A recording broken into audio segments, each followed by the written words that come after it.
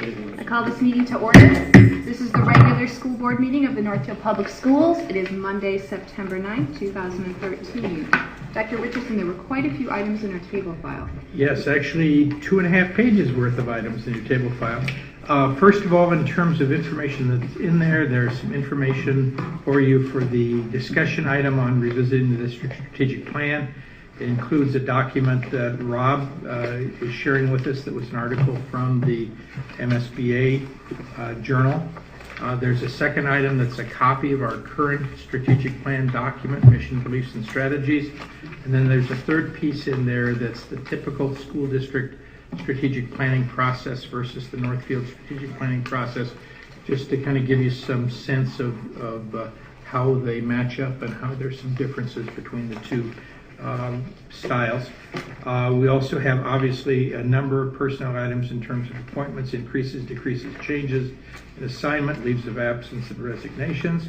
We have one additional co-curricular overnight trip, and also you have a copy of the draft of the annual report on curriculum instruction and student achievement that will be in the information items, and along with that will be new pages 4, 5, and 15. Which have been replaced as we've been working forward on that document and trying to get it polished up.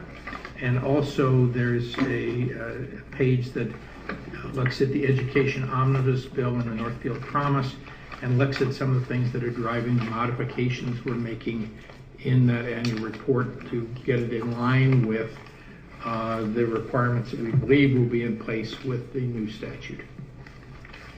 All right, very good. If there's no objection, we will add those to the agenda as we move forward.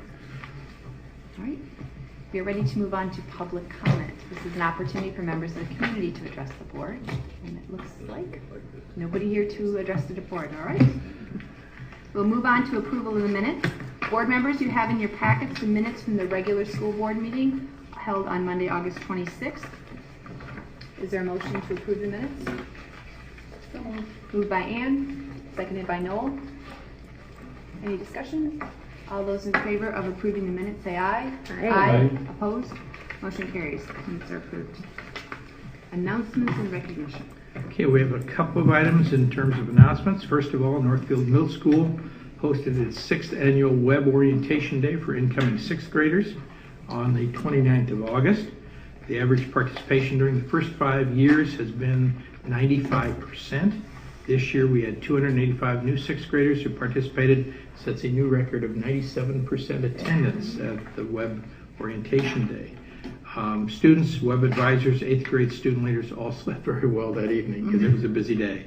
The Northfield Education Association also has approved the agreement with Independent School District 659 last Tuesday. The NEA ratified the agreement that you approved at the August 26th board meeting. So we now have an official agreement with them for the next 2 years. And those are the only items that I have for announcements at this time. Board members, any other announcements or recognition? I guess I wanted to just add one, and then I think Paul Bell will tell us more about the projects that have been underway. But the beginning of the school year, I just think you come to these buildings and they're in such fabulous shape, and you know all the work that went on. And I was thinking about with all the iPad distribution, all the additional activities, that it's just phenomenal. And hearing from several parents about some of the new changes and the cafeteria changes. And so I guess we'll get to hear more about that, but I just wanted to recognize the whole staff and crew that helps out getting those buildings ready, because it's exciting. So thanks. All right. So with that, we will segue to the first item for discussion report. And Paul Bell is here as our Director of Buildings and Grounds to share with us some of the facility improvements that have been made. So board members, you should have had in your packet PowerPoints. Thank you for the opportunity to sort of share with you what we've been doing. It's been busy. For almost a year now, we've been working on security upgrades, and we're finally seeing a lot of our efforts come to fruition. So that's probably our priority. So I'm sort of going to talk about some of our security upgrades that we've done first. The elementary schools at Bridgewater and Greenvale, what we've done there is we've done an intercom system, and you can see the visitor comes in and pushes the button and releases it. It calls on the telephone to the reception person, the admin person at the in the office, who then can ask them, say, this is welcome to Northfield Schools, Bridgewater, what can I do to help you? I'm here to see the principal. They can actually see up here on the monitor, it's a split screen. It shows the person outside standing there. They have an opportunity to see who it is. Most of the time they recognize the person as a parent or a regular visitor. They can then just hit a code on their telephone and the door unlocks. The person can come in. With the second part of the screen, then they can actually then watch the person coming down the hall, going towards the office to make sure that they are going where they're supposed to be going, to make sure that there's not an issue. So for these two buildings, Bridgewater and Greenvale, it seems to be working very well and people seem to like it. What we did, of course, the big one at middle school is how do we come up with a plan to make it work? Those of you who are familiar with it, the whole front of the building, it's a big bank of doors. How do you do it? You can go to the pool, you can go to the cafeteria, you can go to the office. So what we actually did is, over here, this is actually a window, a big window that went from the ground all the way up. We removed the whole thing, the whole storefront there, and replaced it with this door that's electronically controlled. So when the main doors all lock at 8 o'clock, this door unlocks. So the visitors are forced to walk in there. You can sort of see what it looks like. It's probably easier to see here. This is actually what the visitor walks into. So they would enter this is all glass. Along the side here is the transaction window that was always there.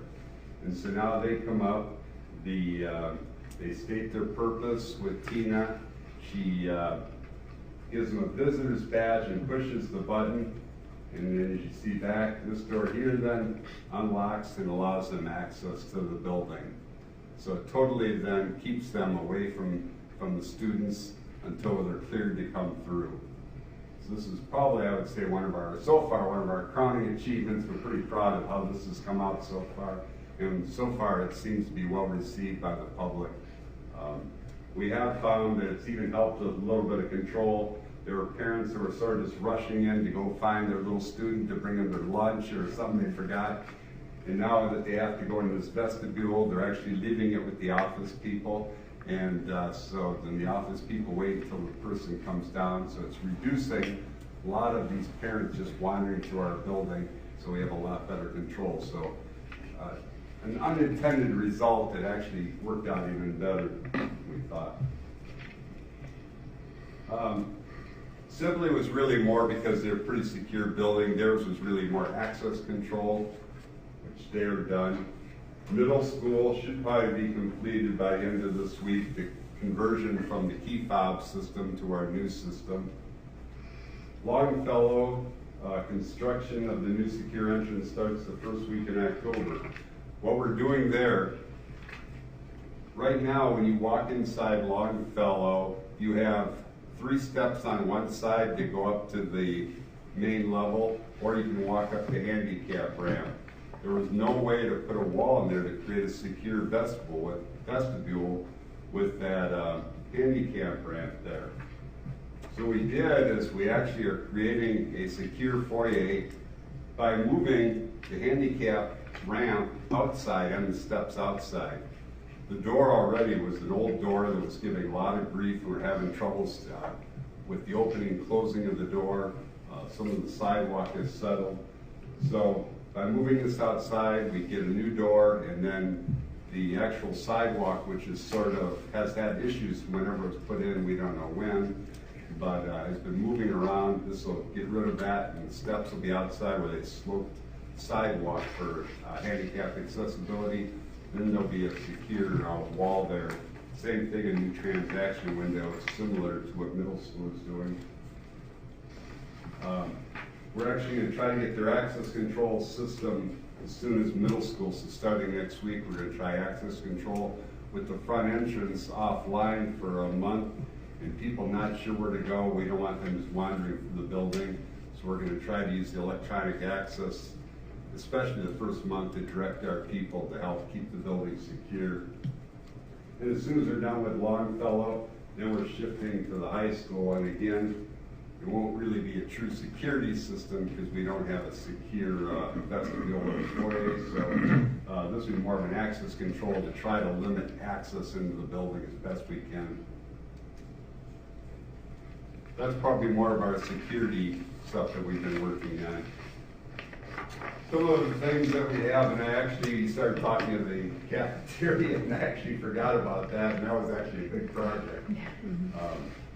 Theater improvements, we've used some money to help out in the theater. You know, some of the middle school, it's hard to believe, is already 10 years old, and they're starting to get to the point they need some equipment replaced. We're helping them out there.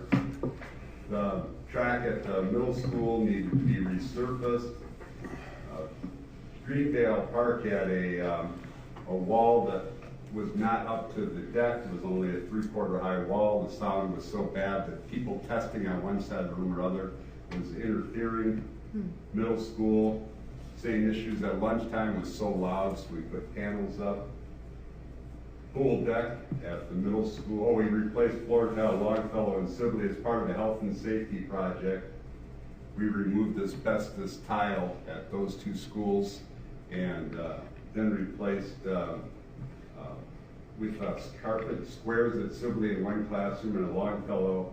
And in the lunchroom at Sibley, we actually used a maintenance-free, we're experimenting with a maintenance-free, no-finish floor tile to see how it holds up better than the regular tile that we've been using. And then we replaced the district lawnmower, and we're starting our cold storage building in the loading deck.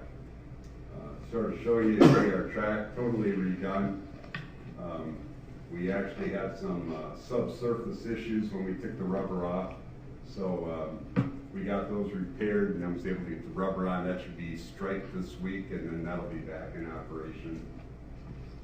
Sound panels, it's hard to see the sound panels because it actually looks so good it's hard to see, but this was all just the basically the sheetrock, and we put acoustical sound panels all the way up, all the way completely around to deaden the sound.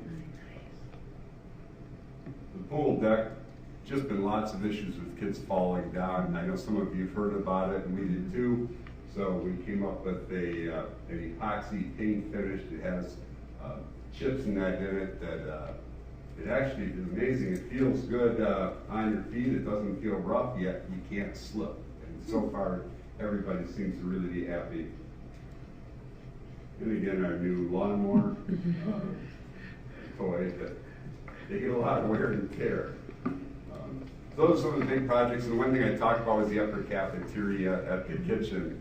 Actually, it was a big project, but it went so fast that it's easy to forget about it. But those of you who haven't been in there, I wish I had that picture before and after because it's been an amazing difference, how much brighter and cleaner and nicer it looks. So it's really been an improvement. There's been a lot of good compliments. One thing that I was asked about a little bit is we're coming to the end of our 10-year performance contract with Johnson Controls, so I thought I'd just spend a little bit talking about that. Some of the goals, and when I go back and research from the original 10 years ago, what some of the goals were, again, to update inefficient equipment, add dehumidification, improve air quality, lower energy usage, add software and controls to our system, on-site technician from Johnson Controls to help train our staff, help the district find funding mechanisms to pay for all this, and then manage the installations during summer break. So those were the goals. What went well? The upgrades, installation, the new equipment, from everything I've seen and heard, they did a wonderful job at putting it in. The district was able to use health and safety funding, and Johnson Controls helped with the process. So again, going back and looking, it looks like we'd have to give an A or an A+ on what they did there. The energy recovery units that were used at the high school have been very reliable, and until just recently had very little issues, and even now they're just very minor. And again, we had an on-site technician for almost 10 years, at least once a week from Johnson Controls helping out. It's hard to read. Again, part of the deal is they guarantee us, and I put it in your thing, they guarantee us all these savings, and that's the That too. caveat of these performance contracts is how do you measure it? Again, they're telling us that the verified cost avoidance of 220,000 exceeded 90,000, so we're what 121,000 ahead, and I think they have in there for the for 8 years so far. I think they have us for what at total actual benefits after 8 years we saved almost $2.9 million. Sounds wonderful. I don't know how you actually measure it or how it's done. So anyways, maybe not as well. The contract was built with diminishing service levels, so you start off with a full-blown contract. Everything's covered. And then as staff was trained, the idea was then some of the services would fall off. So now at the very end, there's very little that we get anymore for that contract. Staff was supposed to be trained.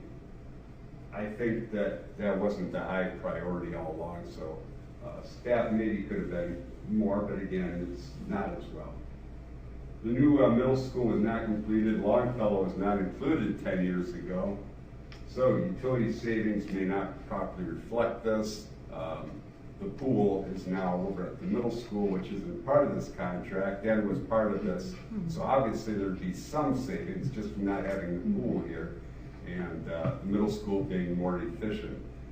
I don't see anything in there from the old middle school built into it, so it just looks like they just didn't include middle school at all.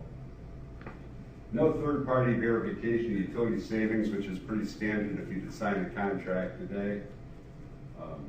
The programming isn't always consistent between buildings when they're trying to bring these buildings online during the summertime as they did different phases, different people programming, so they did, this guy had an idea how he thinks it should work, this guy had. So when you're training across the district, it's hard to tell everybody what they have because you have to go look at it and see.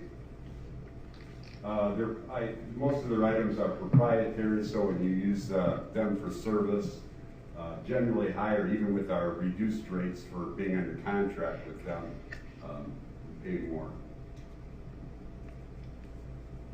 Okay, so what's next? Our contract was prepaid 5 years ago. One of our former business managers, Tom Stringer, paid this all off, got a heck of a deal, I guess, and paid it off. So we haven't been paying it in for 5 years. But now that we're looking at it, there are different service providers available, a lot of different companies now. Johnson Controls isn't as strong a force as they used to be, and there's other companies that are offering the same services at a cheaper price.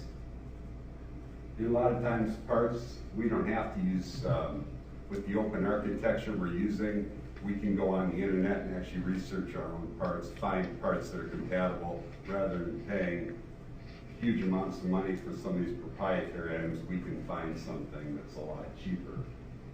So basically the only service agreement with Johnson Controls after June of 2014 is a chiller maintenance contract, which we actually signed with them when we went out for quotes on chiller maintenance. They did give us a phenomenal deal. They called it a welcome back deal for 2 years to try to, trying to hope that we'll keep more business with them, but for 2 years it worked out. So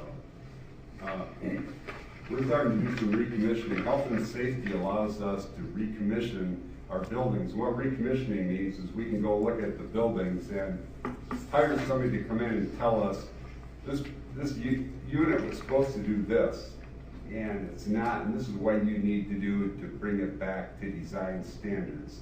They might discover a broken belt or something that's amiss. I think the general assumption with the state is most custodians and maintenance in schools, they're so overwhelmed that this stuff gets falling behind and they don't have time to do all the adjustments and dampers. So we can pay to go back through, they tell us what's wrong. We can't use those monies to fix it though, but at least it gives us, our staff, a list to work on so that they can work on trying to get those dampers working properly. And some of the things are fixed when the balancers and testers are here, so we're starting to do that ourselves. I'm looking for more opportunities for staff training, trying to help them out more, so bring them up to speed so that they don't rely on Johnson Controls so that they can feel more comfortable doing it themselves.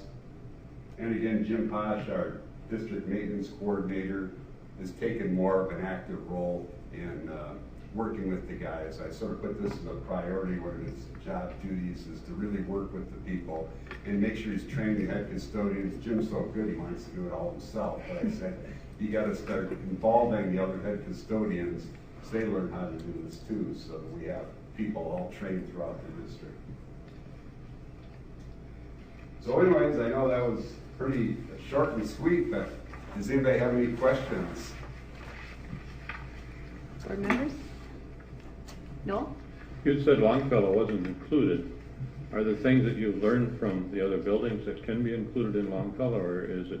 There's been some air handling units and boilers were done under a different project. All right. And so they're into our system, so I think there's some energy savings there, but it's not reflected in the energy savings. They might have made some assumptions in using that for their benefit. I don't know, I can't say either way. All I know is I have a hard time figuring out where the numbers come from, and there's so many pages. It's a book that we get every year, and you would have to spend a lot of time trying to analyze it because they talk about using computer models and software and to analyze the weather data and coming up with these facts and figures. So I don't know how it works. But Longfellow is a pretty efficient building with the newer ventilation and the boilers. It's running pretty well for us right now. If you remember, Noel, when that was first done, there was still some question as to whether we were going to maintain the Longfellow building long-term. Yeah. And so when we made the decision that we were going to do that, we went forward and basically asked, again, Johnson Control, because we'd had really good luck with the staging, the logistics, getting the project bid and getting it completed in a timely fashion in that kind of 3-month window that we have to work with.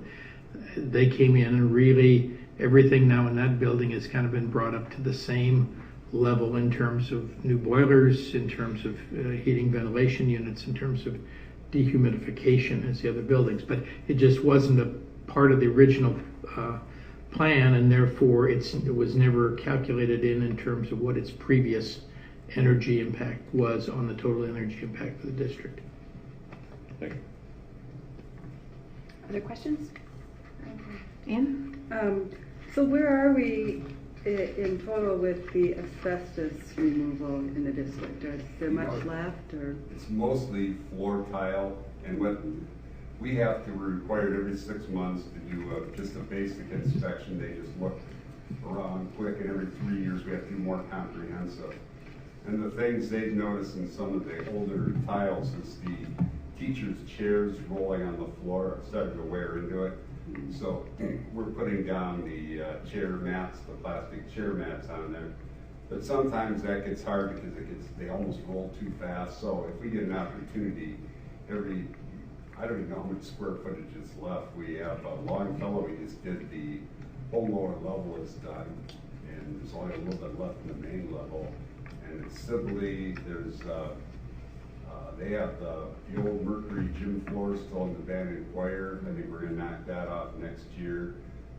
Put some different floor finish in there. They have a few row of classrooms that are still the old asbestos tile. But otherwise, there's really almost nothing left.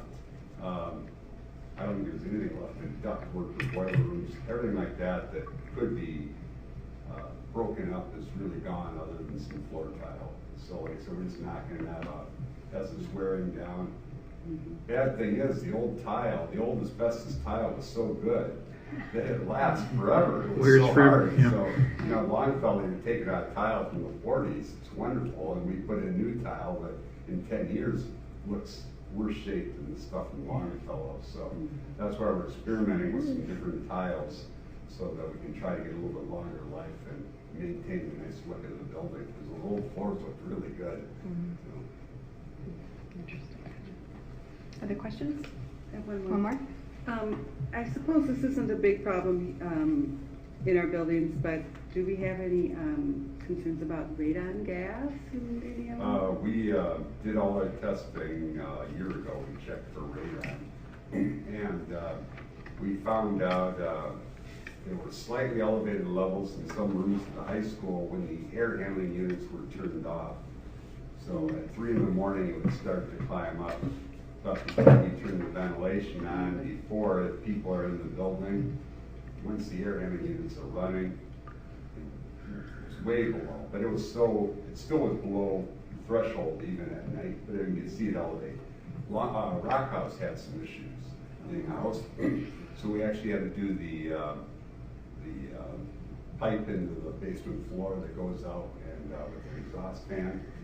And so that has to run 24/7 all the time, drawing out from the basement. That was the only building that had any issues. And you can sort of assume that because most of the houses, I think in this area, a lot of these older houses had that radon issue, and that was the same issue there. So, but we were able to do that under health and safety. Obviously, it was relatively expensive. I think $1,300 to drill the hole and put the pipe in and run through the attic. So, pretty good.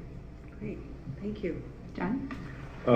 The mercury floor in the gym, there's some mercury paint, or what is The that? material, the old composition that it was made out of, there's no way to get at it. You probably have to chop it up and chew it or something. I don't know what you have to eat, but it's just one of those things that you have it there, and we don't, we're at Mercury Safe Schools was instituted quite a few years ago, so anything that's mercury you want to get rid of, even if it's minute, but it was just a material, like asbestos, it was just put in the rubber flooring that was put down, and that was a gym, I think, in the Van Acquire area. It's that yellow looking floor, and so, whatever reason, it's just better to get it out, and then it's gone. That's my thinking anyways, just try to eliminate it. And kind of the two major areas, John, where we had that word, the gym at Sibley and the gym at Greenville Park. And those have been removed and new wood floors put down in both of them. But the reason we kind of addressed those first is those were getting some wear where they were wearing through and actually had dents and or scrape throughs on them. So we got those first. The other areas, again, it's the issue of unless you actually penetrate it and cause something to be released, there's not much of an issue, but obviously we want to try to get rid of all of that as well as trying to get rid of the other asbestos tile whenever we can work that into any of the buildings that still have asbestos tile left to remove. And the asbestos tile obviously was original to the building, but is that mercury flooring? Do you know when that was installed? Probably original to the building. I think it's original, John. It's original that would have been from 65, 66, I think, Sibley. When they added the abandoned course area off on the... Right. So. Yeah, so I'm guessing, that would have been the original first addition to that building. Probably, would that have been at the same time they put the other west wing on the probably elementary, the first west 70s, wing? I'd guess. Yeah, I'm guessing in the 70s. And it's only, I think that room is maybe probably 1,600 square feet is all. So again, it's just a good thing to knock off in the summertime and just get rid of it. And it's ugly anyways, it's yellow, bright yellow. And it's an opportunity, like I said, to knock these off, these little projects every summer. It's a limited money as we have, we just try to keep every year taking care of a few things all year, so we can stay ahead of it. So. And at some point, if you don't, then they'll come out with regulations saying you have to do it right now, and then we won't have the money. So that's why we keep doing it. We can do it under health and safety, do a little bit every year, and then try to stay ahead of it and be proactive. I think it's just a better course of action. Other questions? Julie? I just had a comment that I think we're really fortunate that we were able to get all the safety things done in the buildings, the enhanced safety and security. I know there's a number of districts out there this fall that are actually doing safety levies. So they're going to the community to ask for the money that they may or may not get. So we're very fortunate.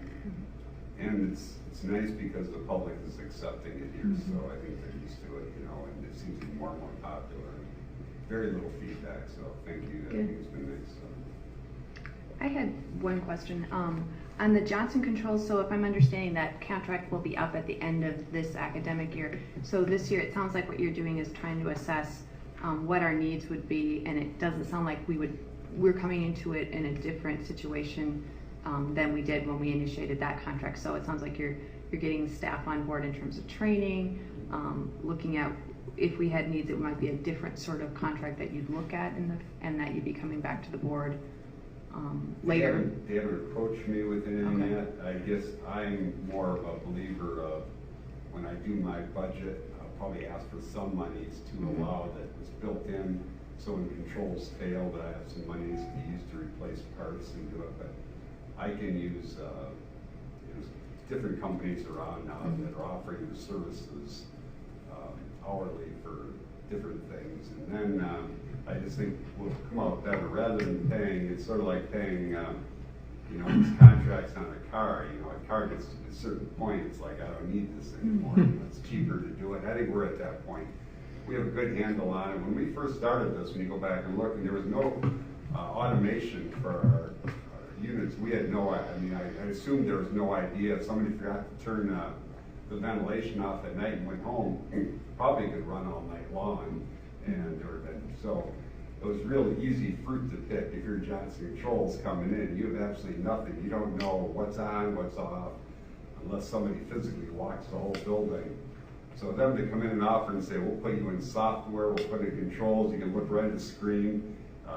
At 4 o'clock when the building's empty, shut everything off other than if you have an evening activity. So, it was a no-brainer, I think, for the district and for Johnson Controls, because we went from down here to way up here, and now it's just a matter of getting everybody trained to use it to its full potential. But I don't think we need to pay to have a guy on site here every week. They do stuff that's part of the contract. They do like boiler burner efficiency testing. I personally, if I'm gonna have my boilers tested, I would just as soon have a boiler company, a burner company come in and do it, because they're experts in that. Johnson Controls is expert at automation and controls, and so if we need them, that's where we would use them. But I think some of the things they're doing is probably they're giving us their services is out of the scope of what I would typically hire them to do. So I don't think we're gonna miss that. In fact, at times we've hired other companies to come in now to help us with service, because Johnson isn't really providing us with services so much as PM and making sure that we're not running units more than we should, protecting their bottom line and their guarantees. So. Okay. Pat? I just want to reiterate how good of a job Paul has done with this stuff. If you really think about it, nearly every school in Minnesota started really reviewing their security protocols last January. And the fact that we have operational security upgrades by the time school starts in most of our buildings is nothing short than miraculous in a lot of cases. And a lot of that was due to Paul's diligence, because we weren't the only show in town for a lot of these contractors this summer. And I observed, as Chris did as well, and other people in the district office, a very, what I would say, professional amount of pressure that Paul had to apply to some vendors to make sure that they followed aggressive pressure with that piece. And a lot of those things would not have been completed had Paul not, again, professionally pressured people to make sure that they got things done. The two creative solutions at the middle school and Longfellow, I don't know how many times Paul has gone back and tried to refigure the Longfellow. They try something with the city, it doesn't work, they go back and they look at something different. That persistence, that knowing that we had to get this done for kids, I have always seen on the front of your mind, Paul, and I think that's outstanding. We've got some real good pieces. Two other pieces is one, that we really saw some great alignment between buildings and grounds, human resources, and our financial department, which we have not seen in the past, and that's with our new ID badges. And that all ties into the security system. Our new ID badges not only can open the doors with the access control, it can pay for your school lunch, it can clock you in if you are a person who is using our new clock-in system. So that alignment that Paul was integral in, as well as Molly and Val, that was really a good example of the alignment of services we've seen. And then Ellen, you mentioned before how the buildings look great, and I just want to mention how innovative Paul has been with a couple of pieces. He experimented, as you know, it used to take a long time to get our floors looking good. And Paul's done some innovative things with some non-wax kinds of products, where if you would have gone in and see the floor afterwards, you would have sworn they had stripped it and waxed it again, and yet it takes, what, a quarter of the time? Right, with the trestle polishing, we bought the diamond pads, and it's a little more upfront in the long run. It's less chemicals that we're wasting and going into our drains, so less chemicals in our environment, so we'd like to see more of those reduced. Saves us money, plus it makes us a greener school, and it's been looks like that's the road that Northfield's been going on with the composting and everything else. We're just trying to follow that same path and trying to be a little more, just more energy and environmentally friendly school districts. And those are the kinds of things the public will never see. They'll see the finished product, but they don't know that those things were, steps were taken. So I just want to make sure that people know all the other little things that Paul's been working on as well. So. Thank you. Any other questions or comments? Well, thank you so much. Thanks for presenting this, and I would echo Matt's words in terms of thanking you for all that you've done this summer and this past year. Thank you. So thanks for giving me the opportunity. You bet. Thank you. All right. Board members, we are ready to move on to our second item for discussion, which is revisiting the district strategic plan. And I'll remind you that, board members, that Dr. Richardson had included a couple of items. I know many of you already probably bring along your mission, beliefs, and strategies. And Rob had dug up a 2010 Greg Abbott piece on strategic planning.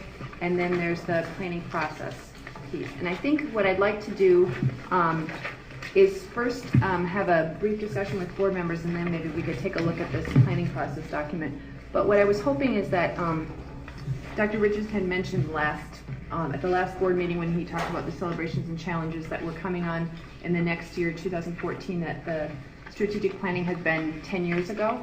So I thought it would be good for us as a board to talk about our perception of that, what we have in front of us in terms of our strategic plan. And I thought just to open it up, if we talk a little bit about maybe what your hopes would be if we did this and what the challenges you would see.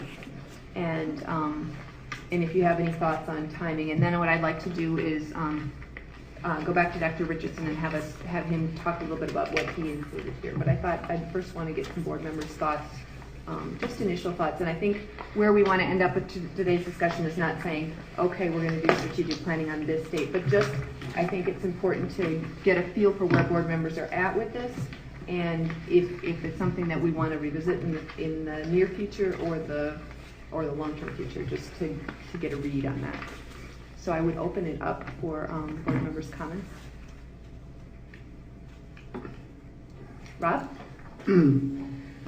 Well, with looking at the mission and objectives, which you included, it seems like these are things, as I read them over there, many, if not all of them, are enduring beliefs and values that we have, and they're not. Mm-hmm. I don't see anything here that we would repudiate or anything. Mm-hmm. So the question is just, what's missing and how have we lived up to these things?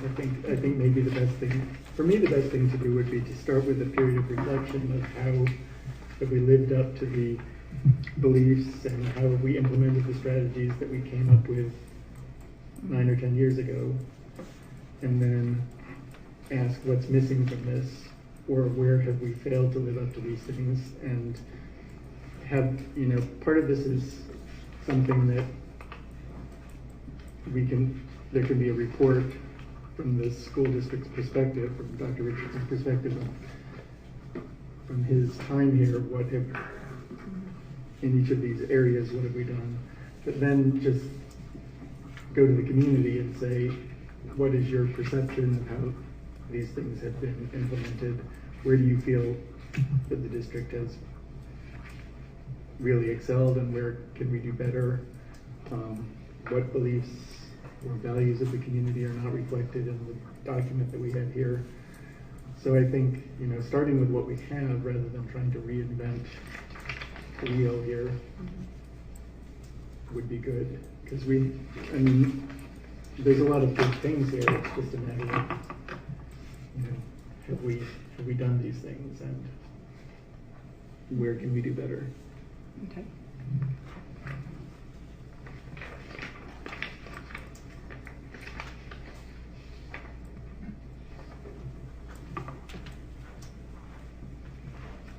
Other thoughts or responses?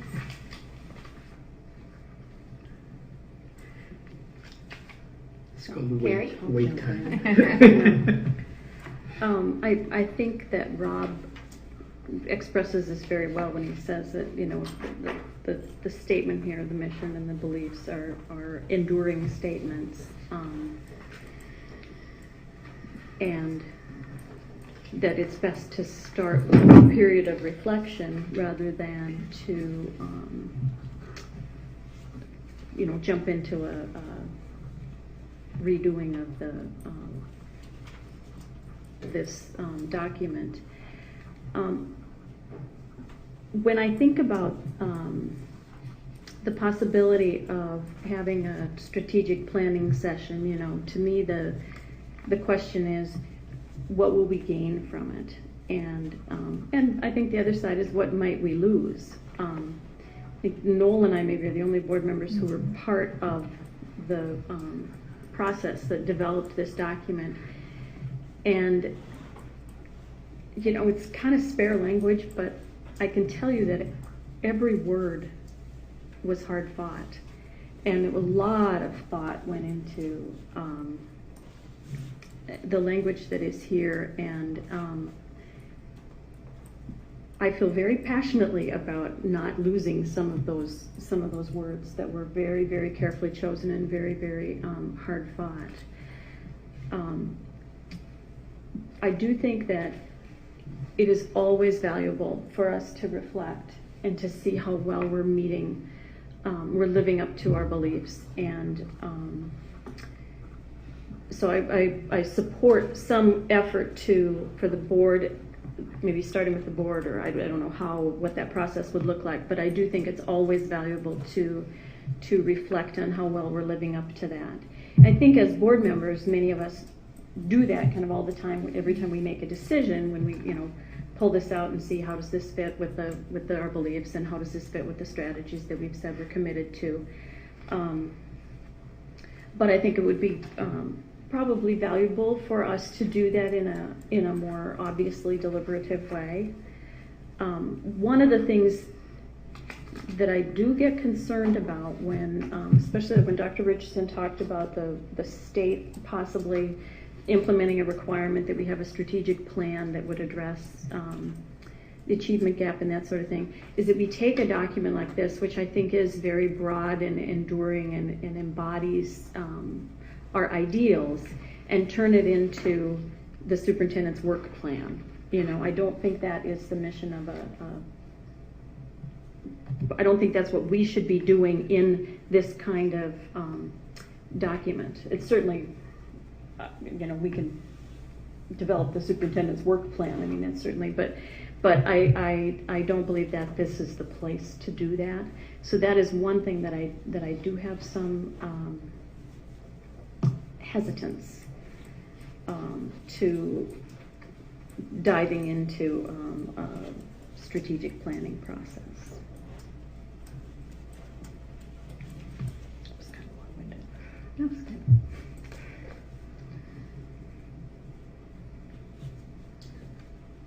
Julie?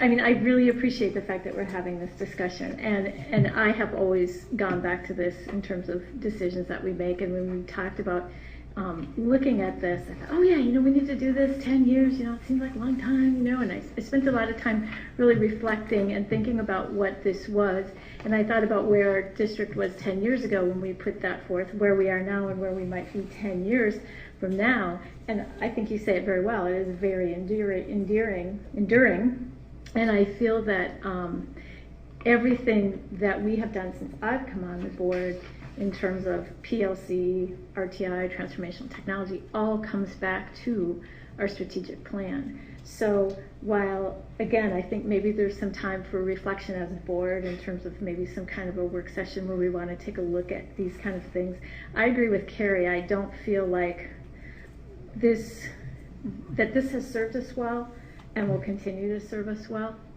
in terms of where we're at with it. So it was a really good process for me, and I'm anxious to hear from other board members as well how they're feeling. But when I look at all the major decisions I've had to make as a board member and the things that we've done, it always does come back to this strategic plan that I think is really good and has served us well, and I believe will really continue to serve us well.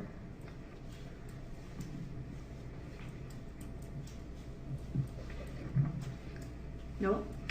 My thoughts and comments would be just about the same if I were capable of expressing them the way they have, but they've spoken for me very well. I would agree with the comments. Any other thoughts to add? Could I just get? Mm-hmm. I was looking at some other districts' strategic plans, and they range from, I mean, this basically fills one page to, I think New Prague had one that was 61 pages long, which seemed a little bit long. They seem to be, 4 pages seem to be about the average. I think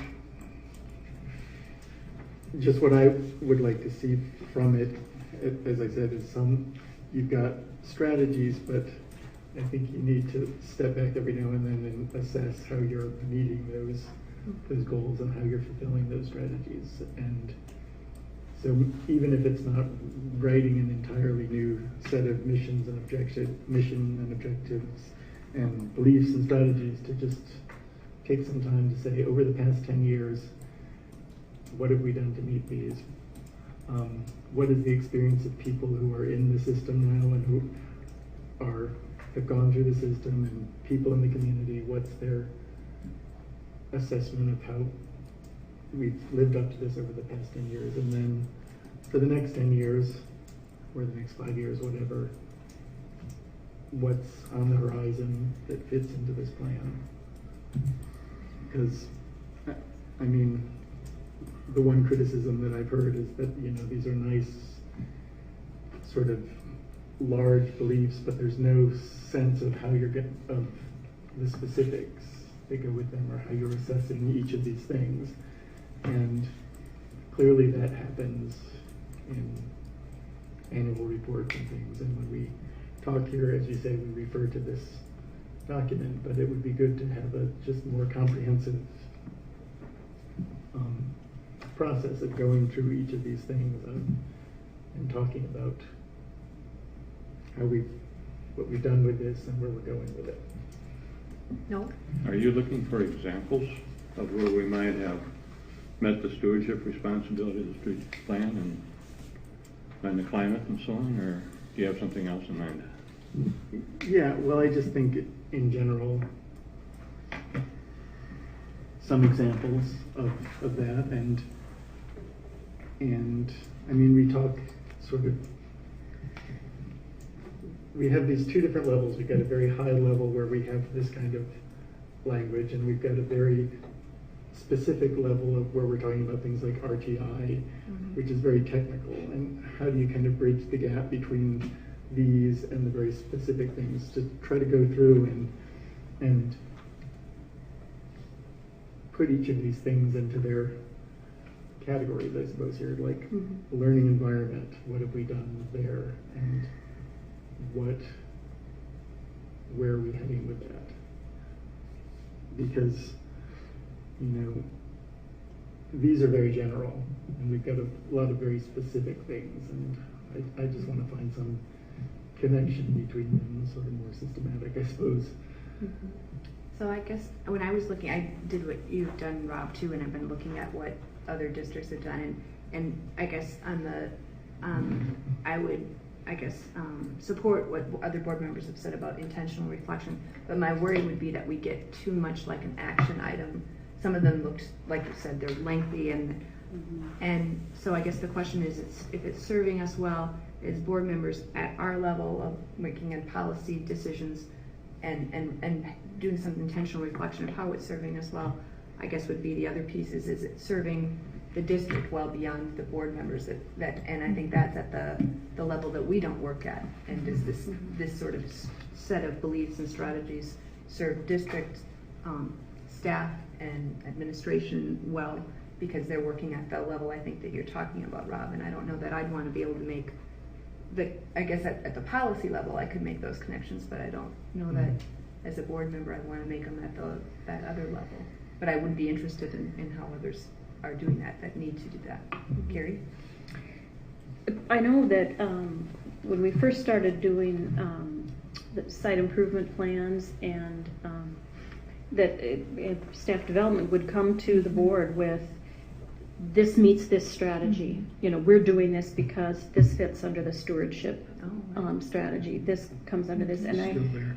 and you know, when we first implemented this and first started the site improvement process, I think because it was all new to us, we were really focused on how it meshed, you know, and maybe now it's become so, you know, we've gotten used to it, and so we don't necessarily see that link. So you know, maybe that's part of reflecting is how well are we communicating that link, because I think you're saying it still is there, It's still there, in those yeah. plans. I'm just wondering if it's more of a communication exploration than I mean, if that's the beginning of it, is just to better understand how well our, as Ellen says, the next layers of administration, how well linked they are to this, as we all are. I guess I'm just trying to make sure I understand what people might think are missing. I mean, the first thing that I heard Rob discussing is the idea of reflection and saying how well have we met these goals, and which I think makes some sense as an idea and a sort of project as to what to do here. The other thing that it sounds like is goal setting, and what goals are we looking for that would meet these strategies, which again sounds like what Carrie described as the superintendent's work plan rather than a strategic plan. And I think it is important not to have a strategic plan that's 61 pages, because that's more of a novella than a strategic plan. But I think that you know, this document makes some sense in terms of what it says. Here's, you know, these are the strategies, and I guess if there are additional tactics or goals that we want to talk about that help meet these strategies and the mission statement, that certainly makes sense as something to go forward with. But it doesn't sound, from what I'm hearing from anyone else and from my standpoint, that there's a specific need to sit down and reevaluate the entire plan and throw it out and start over.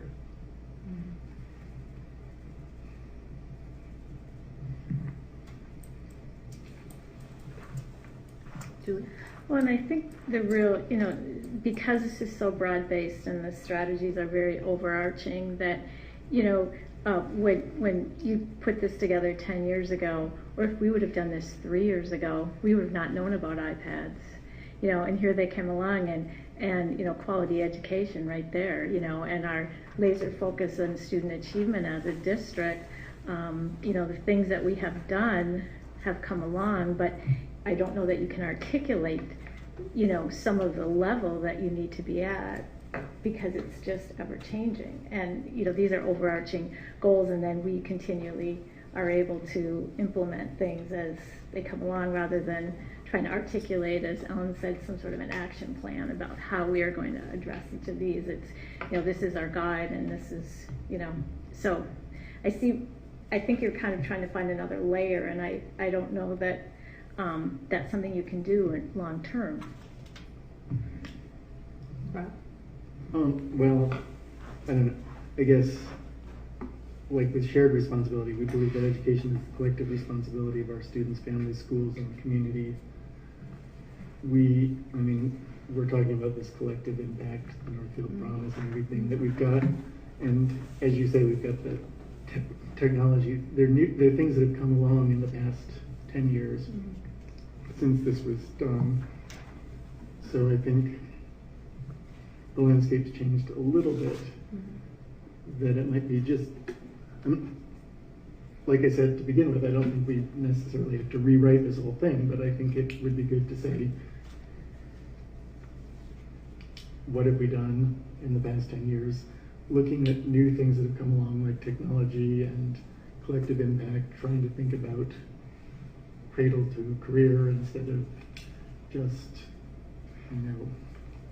K through 12 or whatever, and think about it as a community-wide process of education that it would be worth, and it would be a good, and I think I said this last time, that it would be good to have a discussion with the community about education that's not about what are we going to do with your calendar next year, but more about these more broad shared beliefs and strategies that we have for the education of students in this community. So I don't, I'm not saying we should come up with a work plan for, instituting something like PLCs, whatever's next or whatever, because these things are going to keep, we can't see what those things are, but I think just talk more generally about priorities and goals with the community rather than about some specific problem that's coming up that's time sensitive, like the calendar. Well, maybe now would be a good time, Dr. Richardson, if you wouldn't mind jumping in with Sure. what you have. I just wanted to check and see if Ann wanted to chime in first before I. Well, I had one little comment that was sticking in my mind, is that I find that when I look these over, that there's nothing here that's become obsolete or, redundant, or I feel like this covers the gamut as we try to make decisions and can look back and think, okay, what are our beliefs? And it's like it's just our mission statement put into different categories. I think it's still very relevant for the kinds of things we'll be facing in the future. Who knows? Maybe 5 years from now we'll find some big change in how we live. But I think this is a really good document that still is relevant to me. There you go, Chris. Okay, all right. Well, I guess let me share this kind of thinking with you, at least at this point. And obviously, this was a document. This was one of the first things that we worked on when I came here 10 years ago. And I think at that time, the concept was trying to bring together representatives of kind of all the groups within this community to talk about, what we really believed in. I think we almost described it as, what are the hills you're worth dying, hills you're worth dying on, in terms of beliefs. And in terms of strategies, we tried to think, I think, very broadly about the pieces that were there. But we were very, I think, focused on trying to make sure that we brought in people to be part of the group that represented as many different groups within the community, in terms of the business community, the senior citizens, the parents, staff members, students,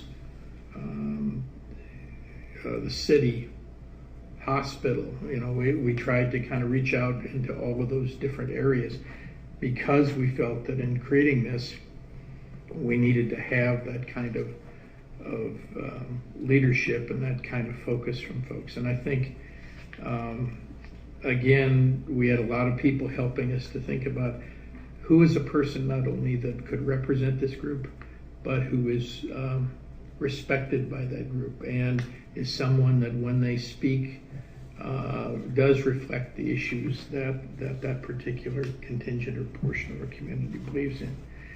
I think the other thing we looked at in terms of the building of the strategic plan is that, from my experience as a superintendent over the last 33 years, I have done strategic planning processes probably at least 12 or 14 times with various districts and with intermediate agencies and with state agencies where we work through the process. And there are really, I think, two types of processes that seem to be there. And a part of it is, again, we have a quick history lesson. The strategic planning process really One of the initial places we began to see it generated was by a guy named Bill Cook. And Bill created what was called the Cambridge model of strategic planning, which was really a business model. It was a model for businesses to use to go through strategic planning. And there was a lot of things about, looking at the threats and the advantages and so on. And that model is what I've kind of described at the top of the sheet I gave you, which is that it starts with data. It looks at in the long term, it looks at creating a set of beliefs. It has a vision or mission, and over the years, different pieces have gone in and out of fashion. Vision really being what's the ideal that we're shooting for. Mission really is more our job. And if you look at our mission, it's more, this is what our job is. Our job is basically delivering educational excellence. It also has annually updated, has strategies or priorities, which are kind of the essential items that people believe should happen. And then it has, underneath that, annually updated specific goals, and then detailed work or action plans, which have action steps, timelines, resources, responsibilities, evaluation plans, benchmarks, and progress reports. And this is usually why you end up with a 61-page strategic plan, is because what a district that goes through this process or a company that goes through this process really believes in the concept of top-down decisions. That basically, whoever that strategic planning team is, they know more about how things are going to work and what's going to be the best way to get things done of anybody. And so they really create the plan from the top down and basically create it not only at the vision and mission level, but also the creation of the specific goals and kind of that detailed work. The approach we took here in Northfield was a model that I had brought with me and had used in other districts, both in Minnesota and in Nebraska and in Iowa. And that model really is a model that I would kind of describe as a top-down, bottom-up model, with the idea that there are some things that it's very appropriate for a group of enlightened citizens sitting down, representing the variety of individuals from around the community, to really lay out what is our mission, what are our core beliefs that we really can stand up for, what are those very broad 30,000-foot strategies that make sense. But then that we take a look at who are the most appropriate people to create annual goals and to create the process to make things happen. And most of the research that I've read, and in fact I think all of the research I've read in the last 20 or 30 years, would say if you really talk about change in schools, change occurs in the building. That's where you really make meaningful change that lasts. And so the approach with a top-down, bottom-up is that you create something that has broad belief, and then you basically give direction to buildings to create the individual school improvement plans that will address pieces of the strategies that you have in place. And what you've seen over the last decade has been that each of our buildings is required to do a school improvement plan. They have to identify academic and climate goals, which obviously address multiple strategies within this document. And we also ask our folks in DPAC to help us to provide additional broader district level perspectives about what are goals that are important. And you notice that over the last few years, the DPAC goals have really been around. We think a really great process to do this is PLCs, and you saw that in several years. Over the last couple of years, you've seen, we think that now that we're finding that even when we do all the good things we do in terms of flexible grouping and all the good things we do in terms of clustering and everything else that we're doing to try to support kids, we still got kids falling through the cracks. Maybe the next step we need to look at is RTI, and you saw that surface in the DPAC programming. You saw the whole issue around technology surfacing in DPAC, saying we really need to think about how do we provide that.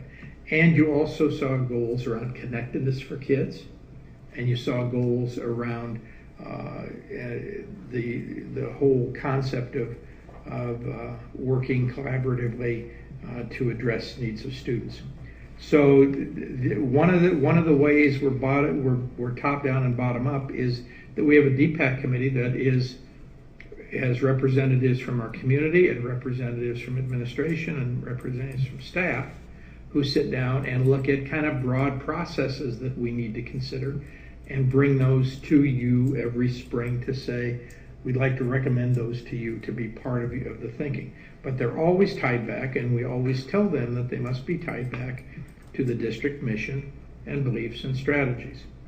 The next piece then that's part of what the bottom-up piece is that every school improvement plan, basically we ask them to, when they generate their plan, to look at the strategies and look at the DPAC goals and say, how can we make sure that the pieces that we're looking at in our building reflect one or more of those strategies?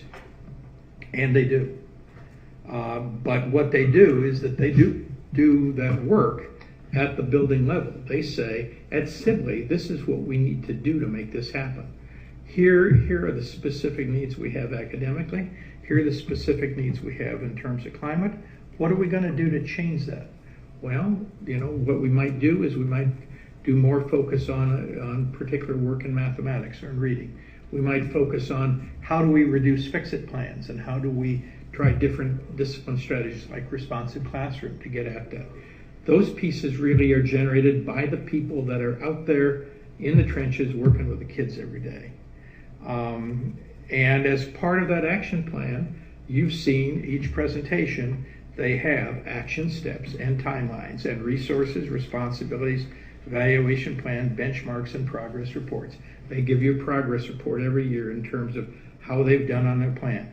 They give you an action plan every year which says, here are the things we're going to do. Now, if you would add that together with what you get in your one page here, you would suddenly have a 61-page report or more, because you would have the district's umbrella and you would have each building feeding that overall set of goals and strategies from the bottom up, saying this is the part we can play in getting that to happen. And whether that's at the high school, it's looking at the academy, or whether it's looking at connecting kids at the high school. If it's at Greenville Park, whether it's looking at how do we support the needs of our LEP kids, because we have a number of LEP kids and they have specific and special needs. So the whole idea being that when you look at and put together all the pieces that are there, you now have all the parts of the strategic plan that don't show up, because when you look at a Dyna's that's 61 pages or somebody else's where all that's been done top down, ours is bottom up. And the reason I believe it works is that because it is bottom up, because the people at the buildings have done the work. Then in the last few years, we've added a whole nother layer, which if you added the pages to that, now we probably have a several hundred-page strategic plan, because what we ask is every PLC team in every single building to look at what part can I play as a PLC team member and as a grade level or a subject area person in trying to meet the needs of my building, which in turn is trying to meet the needs of the district's strategic plan. And they're writing SMART goals, which people will say absolutely should be in your strategic plan, ought to have SMART goals there, down at the action planning level. And we have the EOPs at the end of each semester, plus the presentations we have made to you over the last several years to say, what have we found out? And really at the PLC level, we have people that are sitting there saying, we have a specific group of third graders at Bridgewater that needs this. And we're attacking that by looking at these different instructional strategies, or we're saying, we have this group that even after we've tried these instructional strategies, it isn't working. So now we're bringing our RTI coach in. We're doing a problem-solving process, and we're implementing what we need to make that happen. So now we actually have a probably several hundred-page strategic plan. Now, is it there? Well, it is in the way that all the pieces of the strategic plan that we've set in the broad frame on this page are reflected in terms of the work that's being done by the buildings. Now, beyond that, there's some pieces that we probably take on as much as anywhere at the district level. Things like stewardship. And if you think about what's happened there, that's a place where the district really has stepped up and said, what do we need to do? And we started that with the whole process that Noel and Carrie lived through at the very beginning of the time I was here, when we came in and suddenly figured out we were $2 million in the hole and going down quickly. And we said, how do we stop this? And we made immediate cuts. And then we went to the community and said, here's where we are and here's what we need to do. And if we do this, we promise you that we will be able to maintain the programs and services that we have if you'll support us. And we did. And then I think you've seen over the last several years all the other things that we've done to try to address that. And whether that's been through compressing the administrative team members in terms of the number of team members we have, in terms of looking at strategies to redo our insurance, to redo various contracts we have. So we're constantly doing those kinds of pieces. And, you know, we've also made the attempts to do pieces in terms of open communication at the district level, while also saying that the other part of that communication occurs at the individual building level, where you're seeing things like the work of the middle school, where they were moving to student-led conferences and going from 30% conference attendance to 95% conference attendance. Looking at strategies in terms of the use of Skylert and the use of all of the electronic pieces that we have now to share information, and not only communication with our students and parents who can speak English, but also addressing diversity with the fact that we have a person now who we have in contract that we rewrite all of the pieces that we need into Spanish so that we can make sure that parents are able to get that information. And the reach out that we've done to try to support our Latino students so that they have a real stake in the process, which some of the pieces are coming along right now in terms of the whole concept of community school at Greenville Park. So I guess all I'm saying to you is you kind of think through this process. You know, I mean, if it's the idea of coming back and providing you a litany of all the things we've done in each of those strategies to make this happen, obviously we can do that. But I would say you've had 10 years of information at that very detailed level in terms of the annual school improvement plans, in terms of all those pieces that say, here's the academic goals, here's the climate goals, here's how we've addressed those. We've looked at DCSDC in terms of the work that they've done with staff development, which ties to the quality education goal. The pieces are in there, and they all fit back to the plan. So I guess all I would share with you is I think you will lose something if you move to a more top-down strategy. But we also need to think about, you know, how do we make this as transparent as we can make it? How do we make sure that everybody is aware? And again, I realize that if you are a person who has a high school age student and we're doing something great at Sibley or something great at Greenville Park or even at the middle school, you're not tuned in on those pieces. But we do know that the parents at the individual buildings are tuned in because of the school improvement plan and the work that's being done by the individual principals and staff in each of the buildings. So I think as we think about this process, it's just, I think it's important to think about what kind of a model do we want to have. And, you know, as I said, if it's something to show off on the website, yes, I can put 200 pages out on the website. Will people read it? No.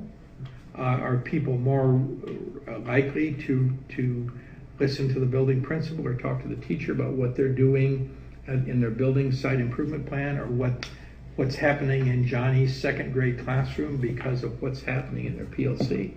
I think that's where we're going to get the communication reflection from our community. And so I think we just need to, again, think about how that process goes. And I would be the first one to say to you, I have never been in a district that's had the same strategic plan for 10 years. But I would also say to you, and I guess I'd echo something that Carrie said earlier, every single word of every piece of the document you have in front of you was fought over words. You know, people really chewed on and thought about what it was we wanted to say, what we wanted to keep in, and what we wanted to leave out. And I think as we're going at this, as we begin to say, well, gee, you know, will this cover RTI? Will this cover technology implementation? Will this cover PLCs? My sense is the strategies we have in place right now are broad enough to do those pieces. But I am very willing to look at whatever as a board you want to do to move this piece forward. But I think it's important to think about the kind of model you want to end up with. And I guess that would be my final sense on this is just I've watched other districts who have operated and tried to create top-down models, and they frankly don't work because the people that have to implement those models aren't on board. So you can have the most beautiful looking model you ever saw that was created by a consultant and a group of people at the district level, and the building folks say, don't want to bother with it. When we have people that are working on a goal at Bridgewater, and it's the focus goal they have for academics or the focus goal they have for climate, those people are committed to that piece. If they're working on doing something in their PLC that's a SMART goal that they're wanting to have happen for kids, you can talk to people in that PLC and you can talk to that RTI coach about what's exactly is happening and how's that making a difference for the kids on a daily basis. And I guess I would defy you to get that same kind of genuine feedback out of a strategic plan that's driven from the top down. All right, I will get off my soapbox now, but hopefully that kind of gives you a little bit of a sense of kind of where I saw this coming from initially, and also why I think a top-down, bottom-up model is a much more powerful model to use than a top-down only model, which creates lots of paper but doesn't necessarily give you what you want in terms of results. All right. Okay, I'm done. So what I guess I heard from board members and then from Dr. Richardson, I guess overall it sounds like board members all feels like what we have here as enduring value is still relevant, and it sounds like board members have a hard time imagining how we come up with something different and what would be missing. That overall board members sound like that if we wanted to do some more intentional reflection on this piece, that would be a positive use of board members' time. And then in listening to, and then the other concern was, well, is it still good for the rest of the district? And I think we heard from Dr. Richardson that this is very much still what it operationally works very well for the rest of the district in that sort of bottoms-up approach. So it sounds like what we have, that there isn't a strong need, even though it's been in existence for 10 years, in starting over. We may want to in the future do some sort of reflection. It doesn't sound like there's any immediate urgency for that. If things are working well at the district level with this, and the board members, it sounds like we're putting it into action at our policy level very well. I think Rob had a point of whether the community reflects on this, and I think one thing that Dr. Richardson brought up is that we do have DPAC, which is one of our committees that does have community members, and that's very much a part of the goal setting is coming from the community. So I would think that, you know, that we could consider that as a vehicle for how are we operationalizing that with the community. So I guess if I was going to put some closure on it for today, it sounds like unless we get something back from the state, I wouldn't think, it doesn't sound like that there's much reason to revisit this on that sort of large scale like it was done 10 years ago. So that if as a board we want to have a work session to reflect on this more, if there is a reason to do that, I think it sounds like board members are open to that, but I don't see an immediate urgency. I want, I guess, to give you some wait time to let me know if I'm missing the boat here on what I heard.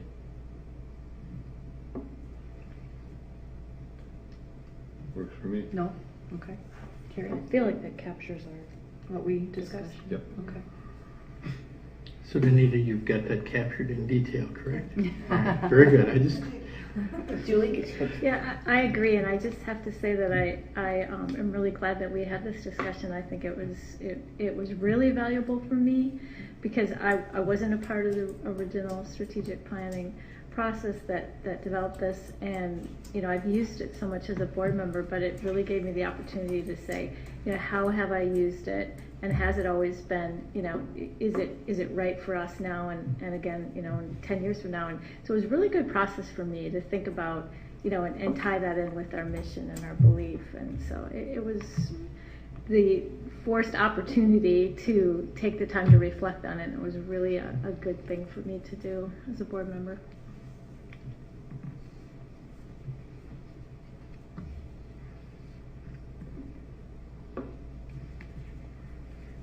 Okay, all right. Give adequate wait time.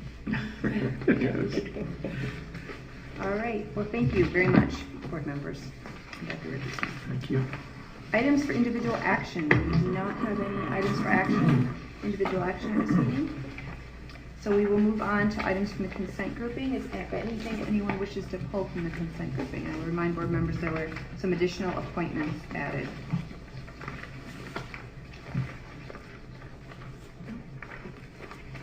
Is there a motion to approve the consent grouping? So moved. Moved by John, seconded by Noel. All those in favor of approving the consent grouping say aye. Aye. Aye. Opposed? Motion carries. Consent grouping is approved. All right. Now, for items for information, we have the drafted annual report, and again, board members, there were 3 pages in the table file that are pertinent to the draft. And Dr. Richardson, do you want to say a few Sure. words about what they have? Yeah, basically, we wanted to bring you today a draft of the annual report for 2013, and I guess reflect a little bit on the things that we're trying to do with this in anticipation of what we believe will be happening at the state level. Understand, we have nothing from the state yet in terms of the changes, but let's take just a minute before we look at the annual report to look at this one-page document. This is the same information I presented to Northfield Promise last Friday morning to kind of help them see how I saw the many of the concepts in Northfield Promise linking very tightly to things we're doing, but also to the Education Omnibus Bill. All of the real major changes are in Article 2, and there really are changes in terms of student accountability, assessments, and career pathways and technical education. You'll see in Section 6 that it's really about a district process for reviewing curriculum, instruction, student achievement, and focusing on striving for the world's best workforce. And you'll see a list of bulleted items in terms of things that are going to be part of the discussion that each district will have to have. You notice in that there's a piece that the state's going to have to do in terms of what is the world's best workforce. They have to actually define it. They're going to have to tell us what assessment measures for career and college readiness they feel we should use, and they're going to have to select something to do that. Each district is looking at comprehensive long-term plan, including goals and benchmarks, process for assessing student progress and growth, process to review and evaluate effectiveness, and annual budget. And so, again, what we know is the school improvement planning process really gives us a significant portion of that in terms of the fact that each building has identified goals and benchmarks. They're assessing growth and progress. They're looking at and evaluating effectiveness. And then as a district, we're talking about how much annual budget we're putting in to make that happen. Also, it's going to require a district advisory committee. Well, guess what? We already have one. And probably what we'll need to do is continue to expand that, to expand the number of community members that are part of the DPAC committee, to basically recommend performance measures with school sites expanding upon the district plan. So The good thing is, in this plan, it identifies the fact that while there are district performance measures, school sites are really expected to do a school improvement process. Now, the reality is, I think most districts in the state of Minnesota are already doing that, but to varying degrees. There also has to be a school performance report, an annual public meeting. Well, again, when we get this created, what we'll present to you next time will be actually going through the report and addressing all the pieces of it, looking at what the goals are and so on. And then also there's supposed to be surveys of constituents about school satisfaction. And you'll notice that in this report we have now added satisfaction surveys from every one of the buildings, which is a new piece that was not in there before. So we'll look at talking about those pieces. But this section really reflects the kinds of things that are going to be expected. Now, the concern all of us have is that anytime we turn the state of Minnesota and MDE loose on doing this, we're not exactly sure what may be the final version they come up with. Our intent, and Mary and I have talked about this, is that when we get this piece done, we're inclined to send this to Steve Dibb at the Department of Ed and say, please take a look at this and see how well this reflects what you believe are the things that will need to be reported. And my hope is that there will be some real thought about the fact that most districts are already doing quite a bit of this in their current annual report, especially with the additional pieces we've added. The other two parts that are in here, in terms of the omnibus bill, a piece of them have to do with assessments. And again, we're going to see an increase in the assessment data that we're going to have available, because there will be a decision about an 8, 10, 11 test suite that will be paid for by the state and that every student will take. And so we believe, realistically, there are only two companies that actually could do that. One of them is ACT, the other one is ETS, SAT folks. And if we look at SAT, one of the questions there is that the test that most students take for career and post-secondary programming in the Midwest? Well, it's not. So it's very likely that we're going to see ACT brought into this piece. It will be different because even though we have 88% of our high school juniors and seniors taking the ACT one or more times, that means we still have 12% of our students that do not take that ACT. The thing that's going to happen immediately is we will no longer be number one in the country in terms of ACT scores. Just as Wisconsin has seen a drop in their placement because they have moved to having ACT given to every high school junior. As part of those assessment pieces, also talks about supporting students not on track for intervention. PBS, RTI. It looks at the concept of student progress towards college and career readiness, and it also looks at educational planning and assessment system, including exploration of career and college interests. And again, we'll be supported with the Explore test and the Plan test because they actually have components in them that will allow us to work with every student to say, based on your scores in 8th grade, here are areas where you might want to think about possible careers. Here are areas where you may need to do additional work if you're thinking about going into these kinds of careers. And hopefully encouraging kids to continue to take coursework that leaves as many doors open as possible. Because what we find, unfortunately, is every year we have a few kids that have closed those doors because they've chosen not to take certain classes. And so, again, my hope is that this will help make that work.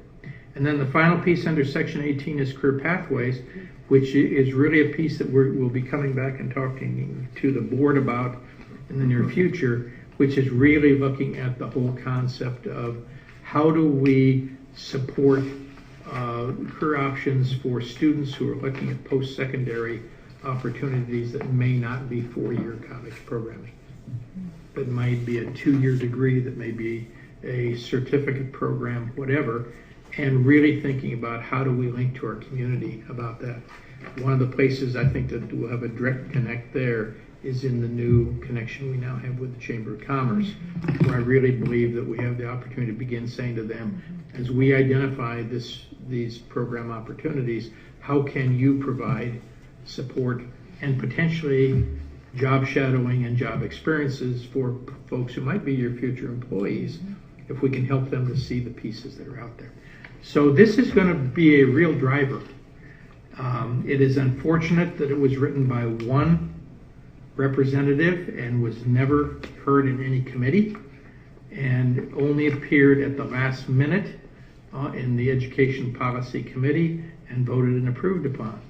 However, there are a number of good things in here that are going to be most appropriate. Now, if we look at the annual report itself, just to kind of share with you the pieces that are there.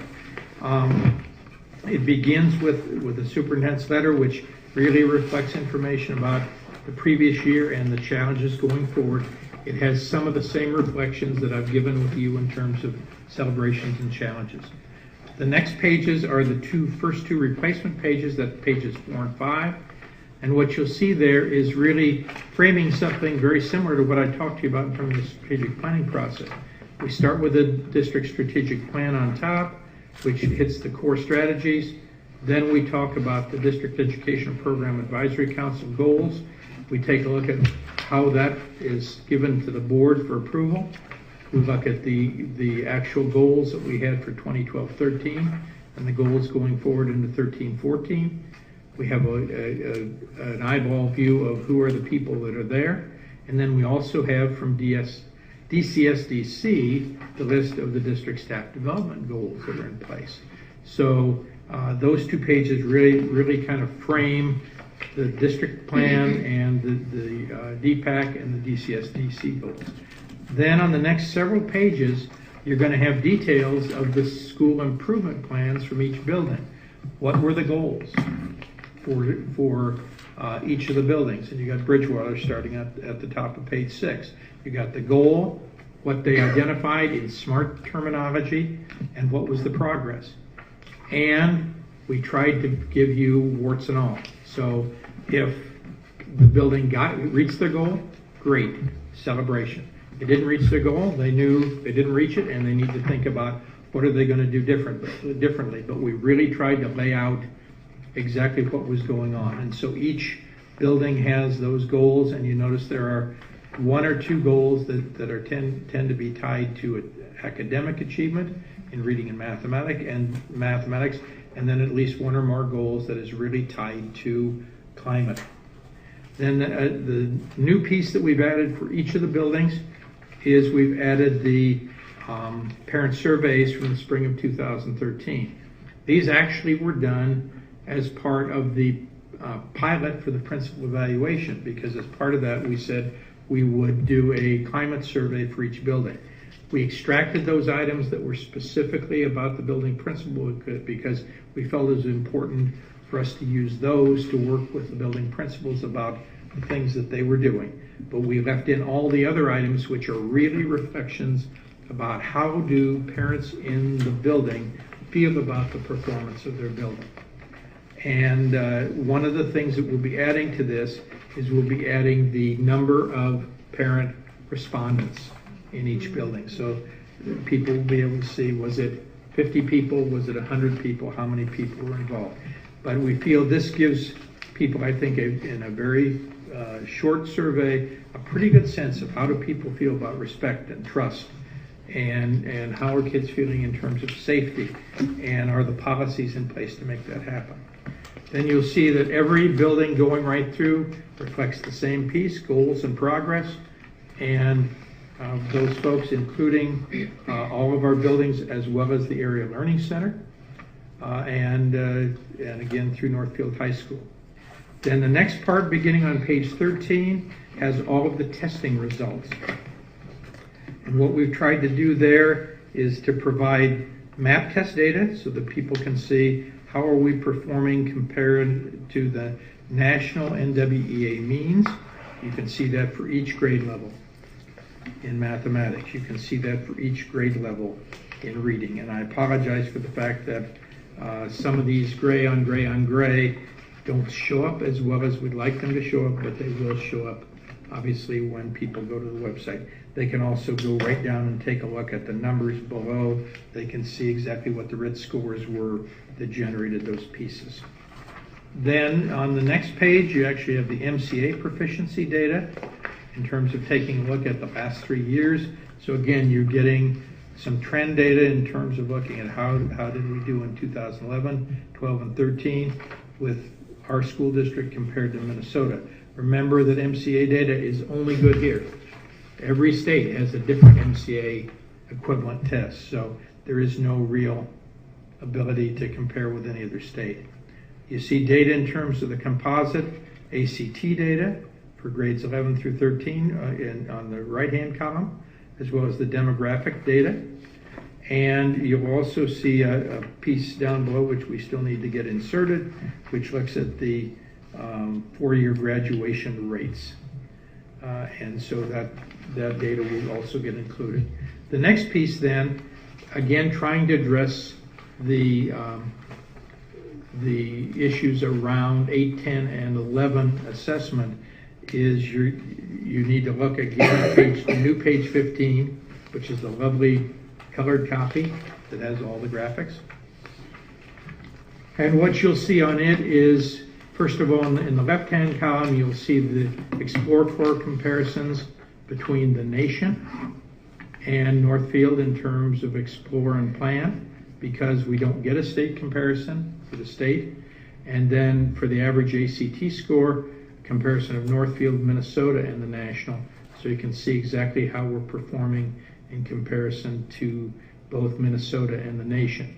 And then on the right-hand side, a new piece that we didn't have before, which is looking at the concept of ready for college level coursework, which is something that Explore and Plan and ACT give us feedback on, and we will now begin to add. And we hope to begin that if Explore and Plan are identified as the statewide models, that we'll begin to see some state comparative data, because we'd like to see how are we doing in terms of having kids ready for college level coursework. But you see what's happening here in terms of the percentage of students that, based on the Explore test, are being identified as being ready for college level coursework.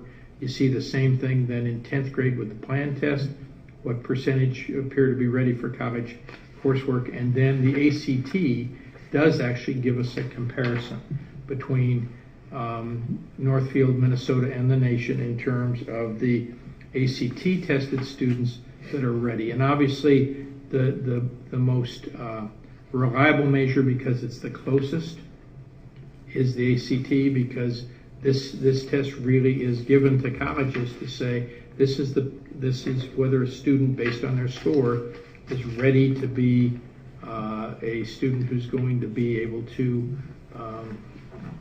really make it in college. And these percentages in this one are based on, this means that the student at this point has an 80% chance of getting a, let's see, what is it? I think it's a C+ or better in English. And then they actually have two different measures. They have how many would get a C+, and then there's also one that says how many would get a B in terms of a college level course. But again, hopefully the ability then is for the community members to see what's happening with these scores and what's happening in terms of the readiness for college at various levels. We decided that was much more telling than this original document, so that was the reason to modify that. And then we also give the community a sense of what all the testing is that we're having to do. And so people see that all through the school year, there is not a month when we aren't testing something. Well, maybe March. But every other month we're doing some kind of assessment with students in terms of those pieces. And obviously with now the changes in the grad, we'll see some adjustments there. And then finally on the last page, on page 17, we have listings of board members, building administrators, district administration, And then at the bottom of the page, again, tied to the budget piece that was tied into this bill, we've also demonstrated and shown what is the percentage of the budget that currently is going for direct instruction, pupil, and instructional support at 80.3% of the budget. And knowing that then all the other pieces that we need to do in terms of administration, district support, operation, maintenance, and all the physical pieces are, again, less than 20% of the total budget for our school district, which again puts us very much on the high side in comparison to most other districts across the state. So that's the draft of the document. Again, we'll clean this up and have a pretty version for you at the meeting on the 23rd. But this gives you an idea of what's there, and it also, I think, shows you how we've tried to integrate the pieces that we believe the state is going to ask for in terms of additional information into this. And this is, again, really kind of getting out in front of what the state is doing and trying to give our community more information about how we're doing at every level, and hopefully giving them the information they need to reflect on how we're doing as a school district. So I would stand for any questions you'd have on that. Or I've sucked all the air out of the room, whichever comes first, I guess. I don't really have a question, but I just very much appreciate your effort to get ahead of the legislature on what response to It's the. never easy. Well, I think sometimes it's good to give them an example of what that could look like. That was kind of our hope, and we'll see how well Mary and I do with Mr. Dibb at the state level. But again, my hope is that we can say, look, everything that you've talked about doing is in here. Does this get us what we need? And can you say this or something like it would receive a blessing from the state? Because there will be a requirement for us to send in a summary document to the state, because this is what the state is going to use to determine if after 3 years we are in a needs improvement setting and need to have additional help or support. Which I guess kind of shadows or the echoes of No Child Left Behind continue to come back to visit us. Okay. All right. Good. Our second item for information is that school board member Julie Pritchard has agreed to represent our board as part of the board of directors for Northfield Area Chamber of Commerce. And so thank you, Julie, for taking that on. And then Rob Hardy has agreed to replace Julie as liaison to the Torch Advisory Group. And I think you've been in touch with Susie already on that, so that's great. So those appointments are effective immediately. And future meetings. Our next meeting is on the September 23rd and then October 14th. So with that, I would ask for a motion for adjournment. So moved by Carrie. Seconded by Ann. All those in favor of adjourning the meeting say aye. Aye. Opposed? Motion carries. Meeting is adjourned.